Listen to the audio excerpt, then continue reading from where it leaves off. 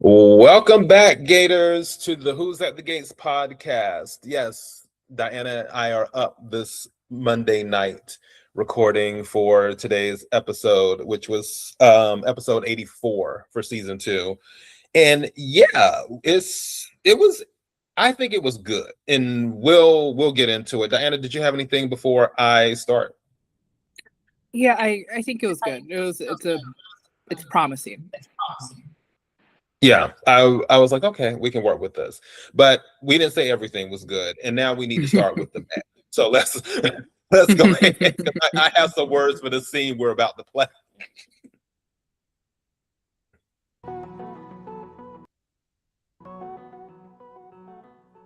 Hey, What's up, man? well, glad you can make it. Yeah, I couldn't turn down Ted for another game of hoops. Well, this should be a friendlier game of 3-on-3 with all of us on the same team. And Kyle and Carlton nowhere in sight. Yeah, that was a lot of things. On the real, though, I'm just happy to be here. Oh, yeah? Yeah, I think it's a good thing that Eva's dad wants to hang out with me. Or maybe it could mean something else. Like what? You know that saying? Keep your friends close, but keep your enemies closer. You serious? I thought Ted and I were cool. Psych. You gonna pay for that on the court. Okay, so I'm annoyed at this. Now, don't get me wrong. We love a shirtless Isaiah because Isaiah can do no wrong for me. But this whole scene, how last week they were basically showing that part of, oh, keep your friends close, keep your enemies closer, as if there was going to be some type of something. And remember, Diana, I had said to you, I was like, I wonder if this going to be like the whole Dani thing, where Dani, when they showed the scene for next week and Dani it came in, like, what in the hell is going on at that firm? And then you find out, oh, it was just whatever. I was like, I felt this might be the same thing, and it was. And I'm just like, can we bypass all of that? Can we get something that's real? Yeah, I think there's a lot of things they could have teased in this episode that would have been a lot better actually than this. I mean, even right now, you don't even have Isaiah shirtless facing us. It's just I see.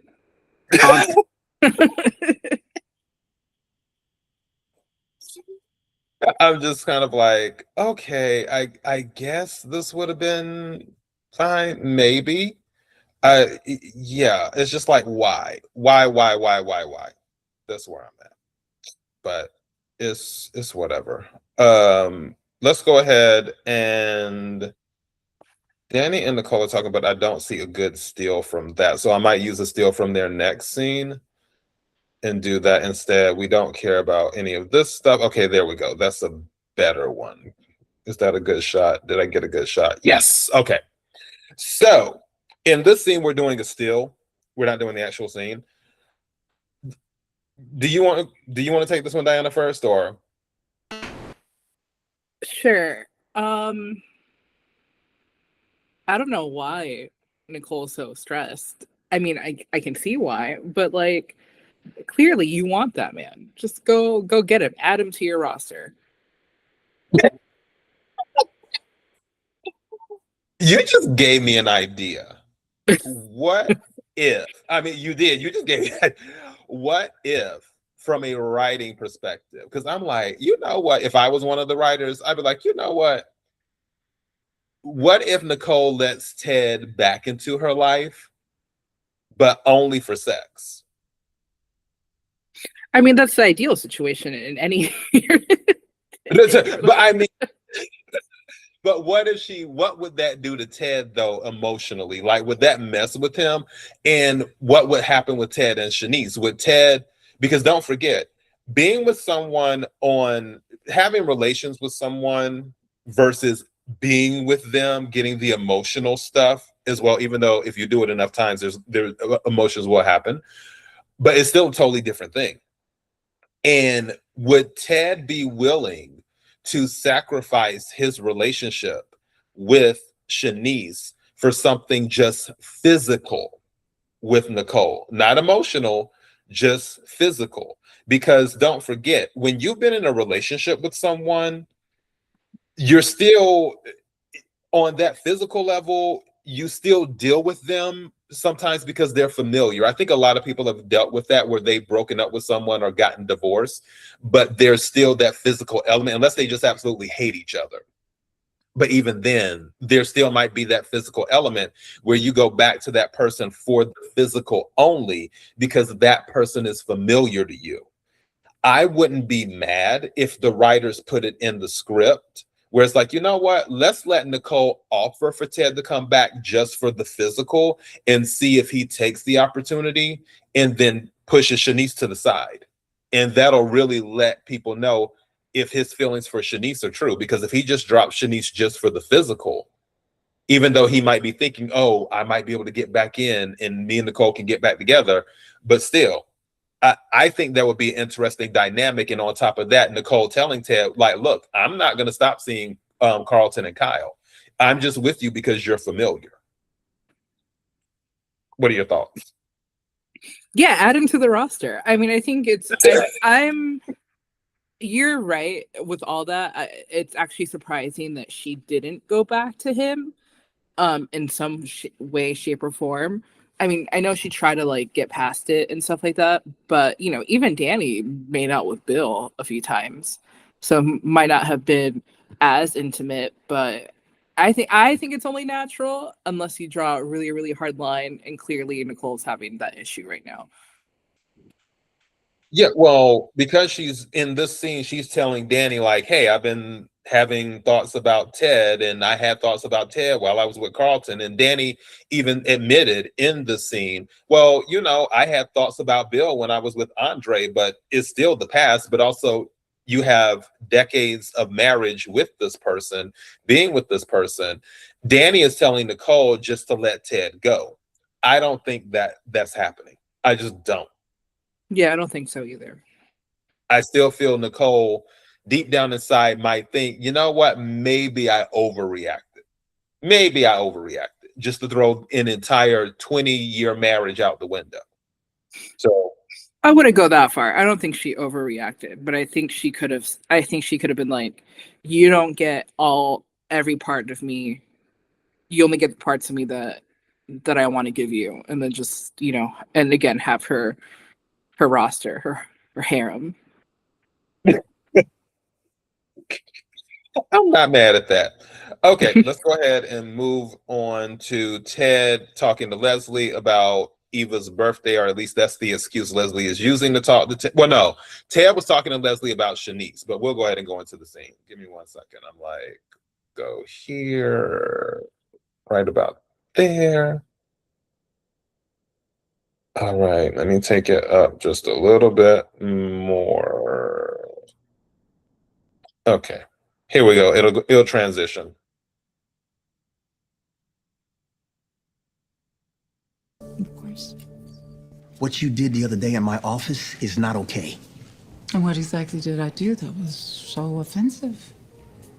Those comments you made to Shanice about me not being able to keep my hands off of you. Oh, hee. What's that supposed to mean? Just me picturing Nursey giving you an earful after finding you so close to your sweet side piece. Former side piece. I'm just gonna stay that way. Dana, if you're at all sincere about keeping the peace between us for the sake of our daughter, stop pressing Shanice's buttons. Oh, Teddy Weddy, you used to be so much fun. Ooh. Do better. Excuse me? You thought you were the only one that had something to say? What is it now, Dana? All right. Well, there's a very important matter regarding our daughter. Her birthday it's almost here. Yeah, I'm fully aware. I would like for us to actually spend some time doing something this year. Like take her out for a special dinner? No, I can't. That's the night of my granddaughter's cotillion. And what about tonight? Tonight. Oh, surely you have time for such a momentous occasion as this. I mean, I understand that you managed to appear at Kat's little surprise party, so I know you don't want to hurt Eva's feelings. I'm assuming Eva is free? She will be. I'll make sure of it. Until tonight, teddy bear.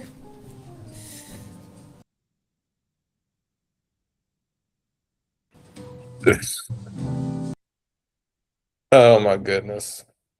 So one thing about this scene, Leslie is so manipulative. Where, I mean, don't get me wrong, he needs to be at Eva's birthday party or dinner or whatever, because that is his daughter. But you can just tell that Leslie is using that to always get close to him. And I feel that's why he was hesitant, because it didn't seem like he had any alternatives planned for Eva's birthday, which is on the day of the cotillion. So I'm just kind of like, Leslie is poisoning the relationship between Ted and his daughter. Not intentionally, of course, but it's just her shenanigans are blowing back on Eva. And it kind of sucks. But I'm glad that she is pushing for him to spend time with her, even though it's more for Leslie's own benefit than Eva's benefit. You got it, Diana. Ted is the most useless man on this show. I'm just, why do the three of them have to be a unit? Eva is grown enough to understand that her mom is a mess, and she said so herself. So why Ted couldn't just be like, I have something planned, you two have fun? Beyond me. Why this deadbeat dad has to be like, oh shoot, her birthday's coming up. Okay, I guess I'll just like hop on these plans. It reminds me of like when my, growing up, my brothers are like, what are you getting mom and dad for Christmas? And I tell them, they're like, here's half the money, just write my name on it. And I'm like, sir, no, you guys have to go find your own present. Like, do your own work. I mean, I would always be like, okay, fine, you guys can have this one. I'll go find something else. But this is what I'm just saying, Ted. Like, you really couldn't find an excuse to say no. It had to be like Leslie's acting like Eva is 8 years old and just wants to see her parents together. No, that is a grown ass woman. These are grown ass people. We don't need all this like family unit stuff.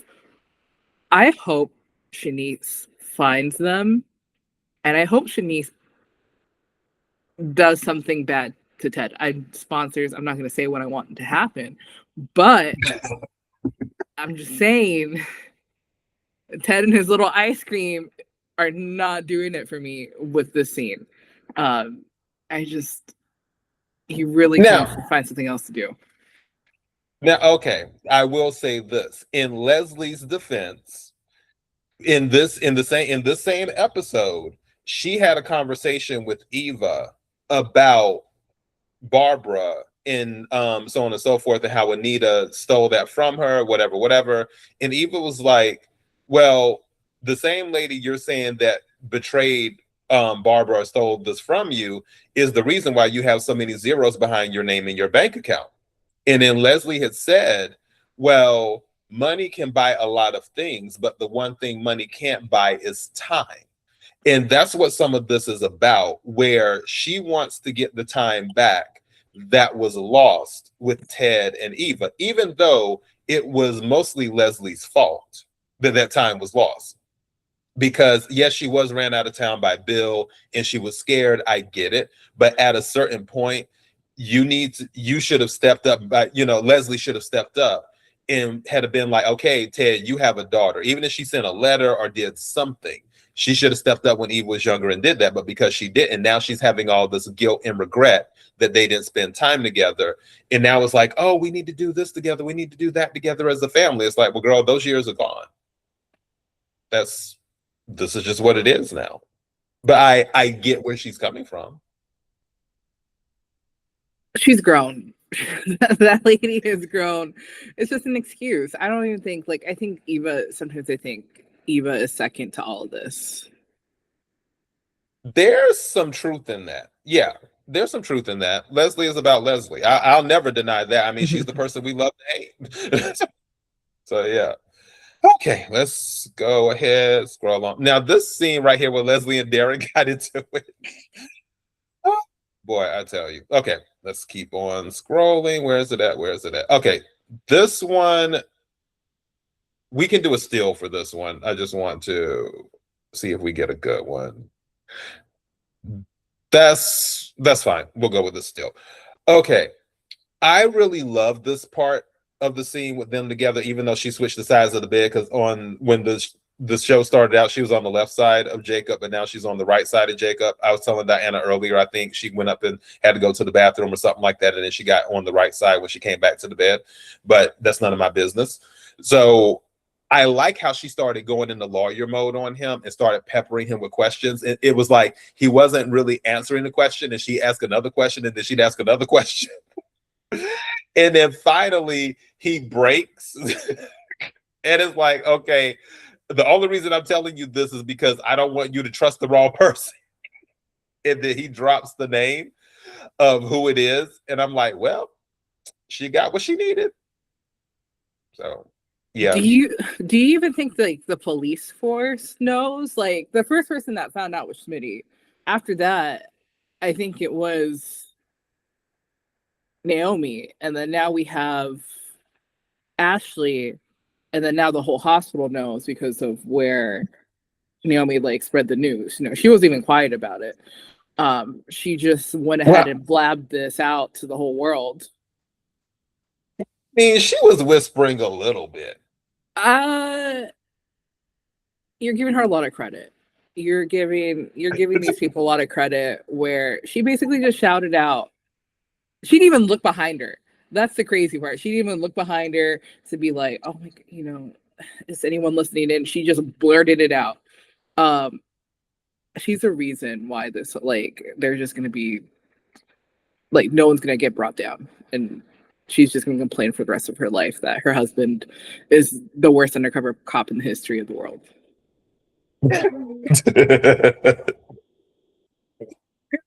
I just need the storyline to end.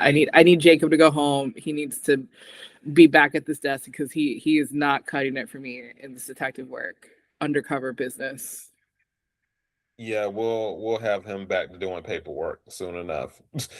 Let's see. Okay, scrolling through. Did we get it? Is it that one? Okay, maybe it's a little bit more.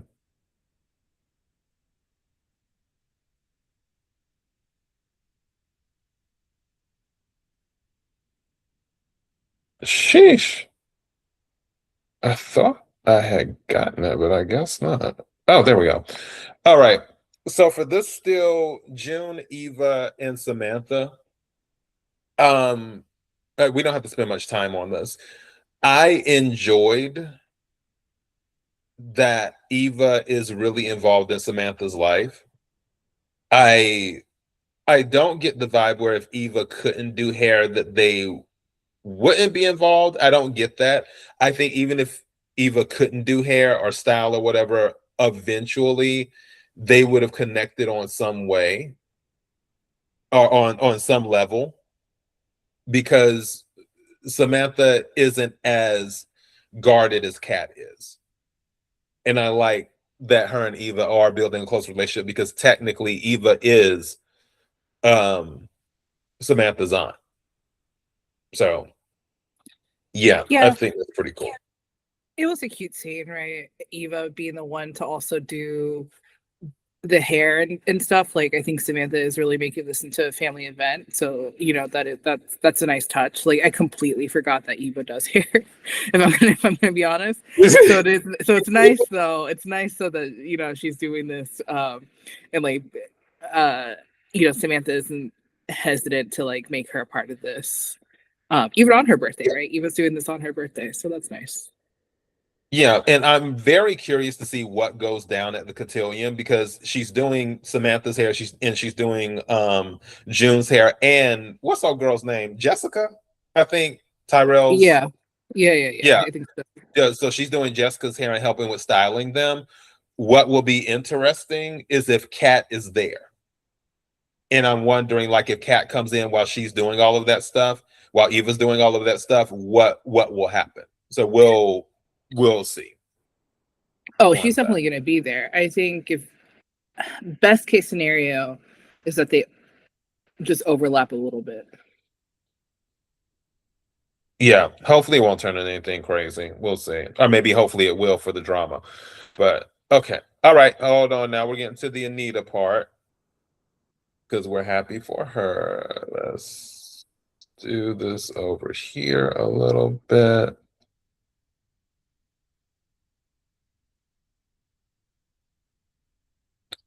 Okay, take it to 14. This should be done. It should transition. Just got a slay. Hey. Surprise. Mom, it's over. You did it, Mother. You did it. I have never been more thrilled to have a patient finish their treatment. We call this the victory bell. It's a tradition here at Garland to commemorate the end of chemotherapy by ringing it. We recognize that getting through chemo, it's a major milestone. This bell, it's a symbol of perseverance, and it's a way for all of us to acknowledge everything that you've gone through and hope for the days ahead. Mrs. Dupree.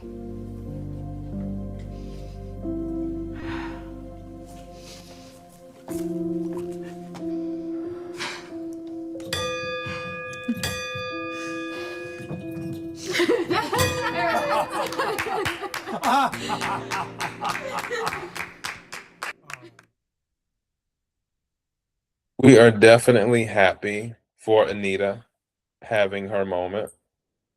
Yeah, I think You they did needed a whole that? storyline. Yeah, I think the whole storyline was well written. I think it was, how do I say this? Like, very informative. I think like well researched. Yeah, I think it's a nice ending to a long emotional storyline. Yeah, I mean, but also like she said too in a scene later when like everybody, well, when Nicole, Dani, Andre, Anita, and Vernon are sitting down, where Anita was like, well, is not completely done yet.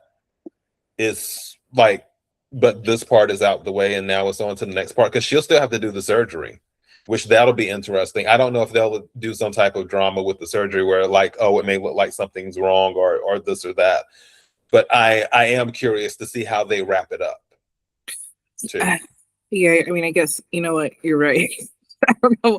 I'm just so hopeful for this to end, but then we have Naomi just Oh, that whole situation. the dark cloud that she is, just waiting. So you're right. Yeah, it's not over. Yeah, well, I think Naomi will make the announcement once Anita's in remission. That's what I think will happen. Once once Anita goes through the surgery, everything else is done, and then it's officially announced that she's in remission. I think that's when Naomi will be like, okay, well now, now Grand that you're better, there is something I do need to tell you. And then she'll do that. I guess we'll see. All right. What is next? I'm looking for the one with June.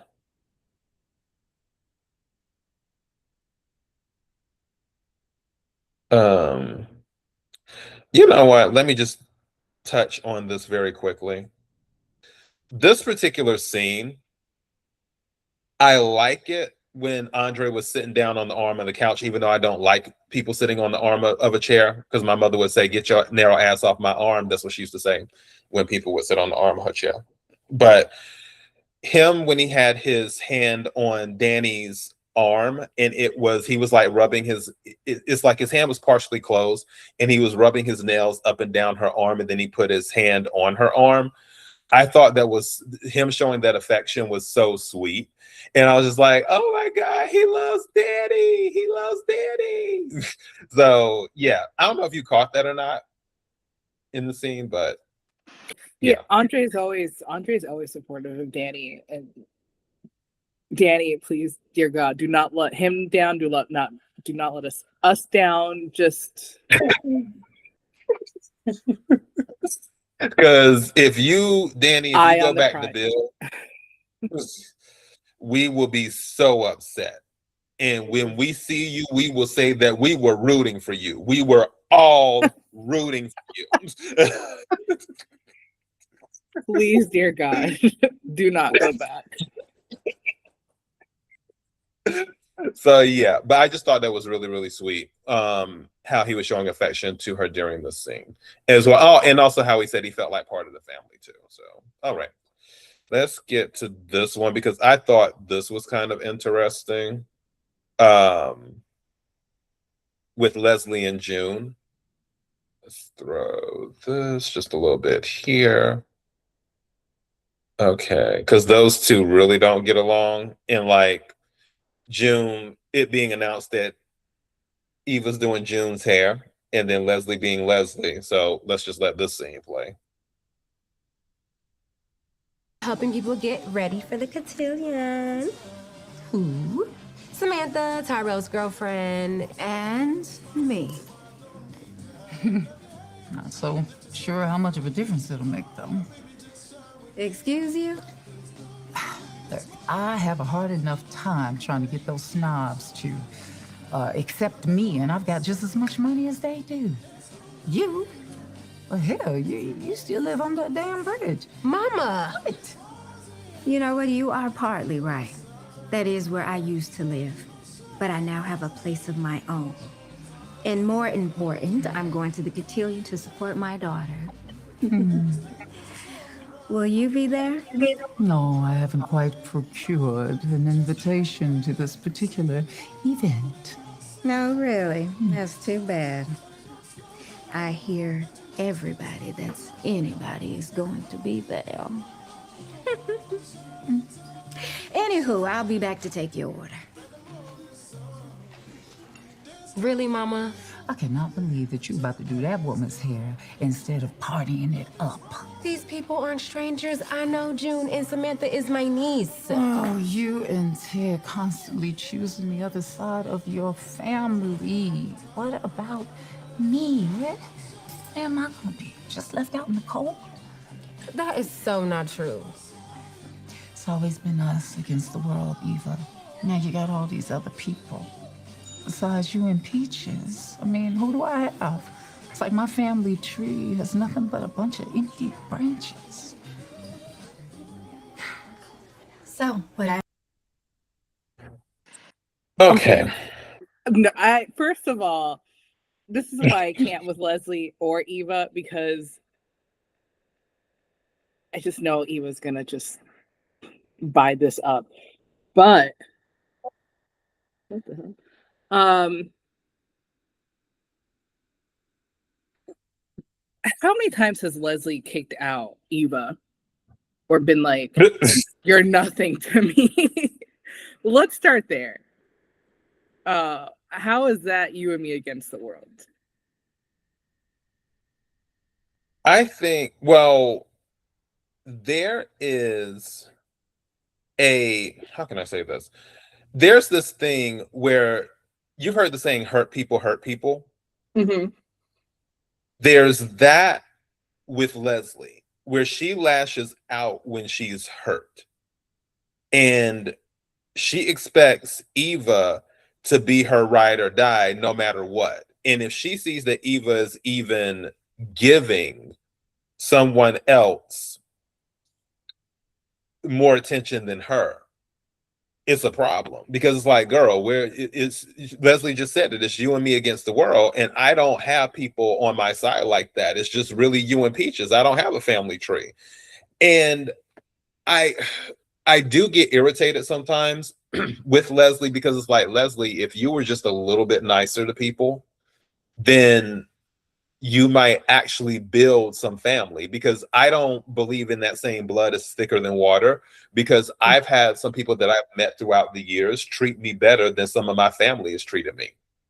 And not saying that I've been treated oh so bad by my family, because like I have great parents, I have a great great brothers, because I have two brothers and whatnot. But I have met people throughout my life where like they were closer to me than some of my cousins. You know what I mean?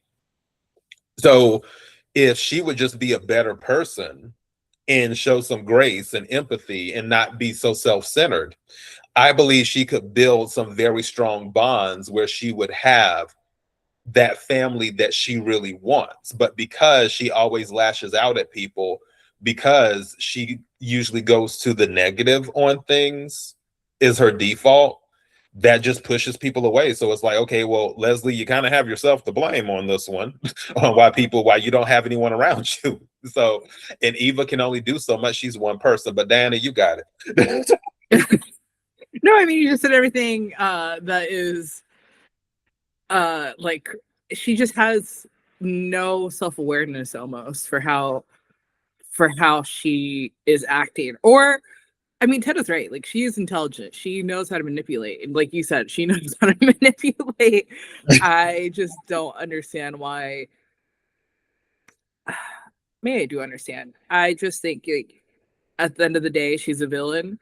And she's gonna lash out the way a villain does because she wants it all and she doesn't want to make any compromises anymore. Yeah, and also, I mean, what just happened with June was an example of her pushing people away.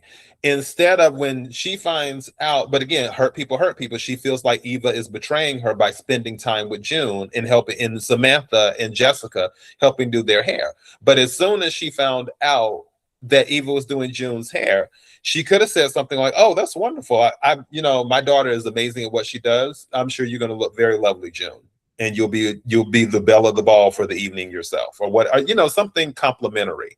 But that isn't what she did. It was like, "Oh, she can only do but so much. I don't know if it'll help." So it's kind of like, damn. But yeah, all good. We're getting close to wrapping this up. We don't care about the whole Smitty, Tyrell, and everything else situation. I wanted to do this one too. Wait a minute. I guess we'll do it as a still, even though I feel like we're still going to get hit with a block that I have to appeal, but it is what it is.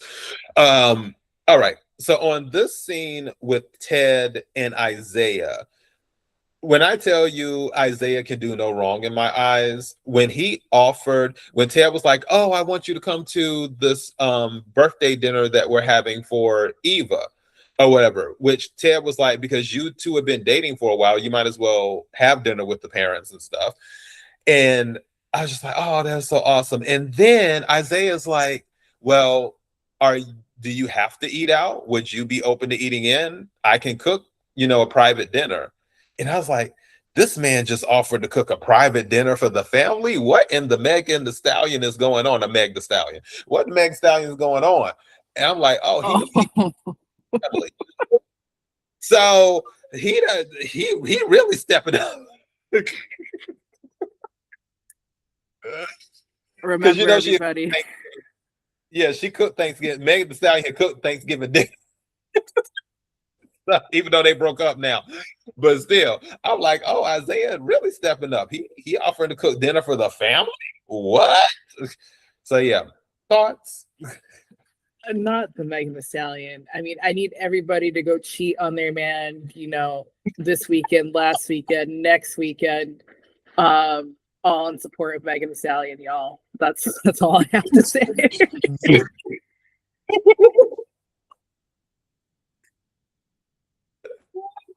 Oh goodness! Yeah, don't be cooking people dinners. So you don't think Isaiah should have cooked the dinner, or should be cooking the birthday dinner? No, I mean, he serves a purpose as being a buffer. He'll be a buffer, hopefully, for Ted, because this man can't do anything, right? But look, he's even showing them up with doing a homemade dinner.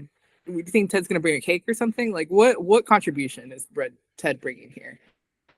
I think he would bring a cake, but low key, I don't think Ted can cook. And I'm curious about that. I don't think I've ever seen Ted, because I even think Nicole might have cooked once or did something. Oh, wait a second. Maybe Nicole can't cook either. I have to think. I'm trying to go through my Rolodex of memories on the show. I don't think Dani can cook certain things, because she did the whole thing, or attempted to do Thanksgiving dinner, but she can cook certain things. I think like green beans or whatever. But as for Nicole, I don't know if she can cook it all, but I don't think Ted can cook it all. I don't think Ted's ever cooked anything on the show. No, okay, we need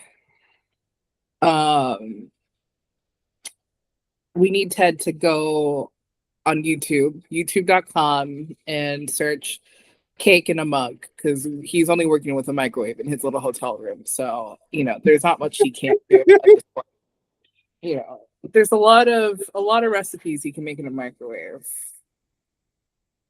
Well, yeah, he does need to find the house, but I think he's still holding on to hope that he'll end up back in the old house, which, quiet as it's kept, if him and Nicole did get back together, I would actually, if I were Nicole, I'd be like, we buying a new house.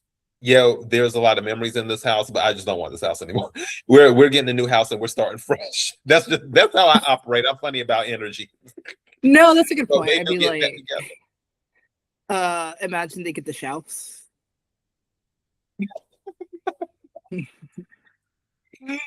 That would be something else. Tear it down and build anew. Oh my goodness. All right. So this is not the scene. Wait a minute. Okay, wait. There's a certain part. Here we go. Wait a minute. Let's see. I just want to play this little part here of when Derek gets on the elevator. I know there's nothing I can do for you, but I'll always be around if you need me.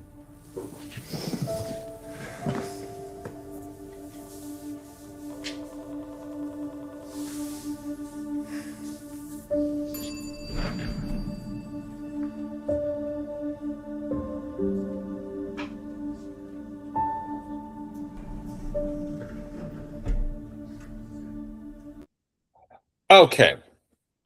Let's talk about that right quick. Yeah, I was gonna say, you start. What did you like about this scene? Well, maybe I didn't like anything about the scene. But what I caught fair. what I caught, and maybe I'm wrong, or maybe I'm just biased because I don't like Derek. I almost don't like Derek as much as I don't like Carlton. Let's just say that. The look in his face, and he looked at her, then looked down, and what I picked up on was a little bit of pity, and see, I was right. That's what I kind of got from that look with him as the elevator was closing. Like, bet you miss me now. Like, no, Derek, we don't miss you now. We won't miss you ever. But again, he was right, and we have to give credit where credit is due. Just like when Kat was right about everybody, we have to give credit to Derek for being right about Grayson. It was just the look where I'm like, oh wow, he really is trying to hide it, but he's doing such a terrible job at doing it. That like, oh Ashley, now you see I was the better choice for you. That's what I feel is going on in Derek's head. Like, now you see I was the better choice, and I was right about Grayson. Sir, you were not the better choice. You still lied about being paralyzed. So if anything, I might say Grayson is the better choice, because at least we know Grayson can get stabbed and still work. You couldn't even get up out the chair, and you were able to walk. So, but these are minor details. Diana, you got it. I mean, Grayson can protect Ashley. He carries a pair of scissors on him. He keeps something on him at all times. What else does Grayson have? Apparently he's bilingual. They could see each other at the hospital until he gets fired or stabbed again. She's already risking her career for him. I mean, she's now a pill stealer. Yeah, that whole scene was, I hated the way that Derek looked at her. I'm like, it'll leave her alone. Get a job. Stay away. I'm like, you know what? What? You said something that just confirmed it's fake. Ashley and Grayson are still together.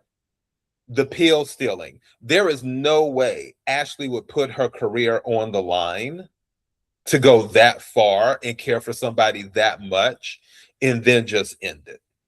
They're faking. She wouldn't steal. You're gonna go as far as to steal pills and then break up with the person. Mm-mm. She's faking, but keep going. I didn't mean to mess with your train of thought. It's okay. No, I agree. I mean, I think she's risking a lot for him. This scene, I mean, I'm just like, okay, girl, you are a good actress, but even okay, how about this? Even if she did break up with him now, you know, like if this is real, there's no doubt in my mind that she'd go back to him. Okay, I can see that. I can see that.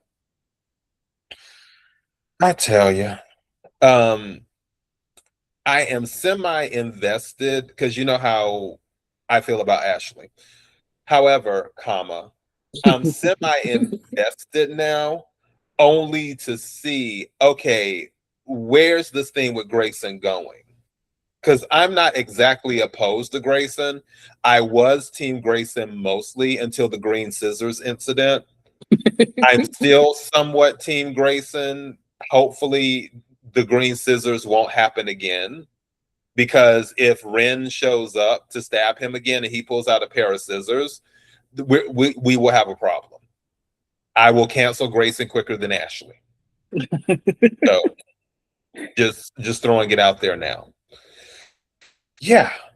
Okay. Let me move this here. I think that's kind of it. Do you have any other words before we wrap this up?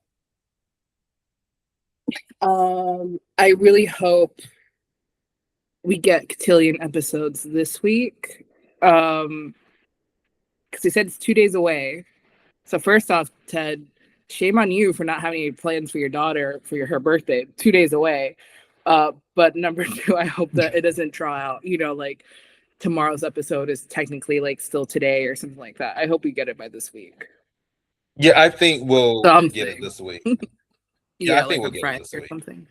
Yeah, that's what I'm thinking is like on a Friday, maybe where something dramatic happens at the cotillion and then they put it in the next week's episodes or episode or whatever, scenes in next week's episode. So yeah, we'll see what happens. Okay, everyone. Well, it's been real. We've had a blast. And until next time. Bye.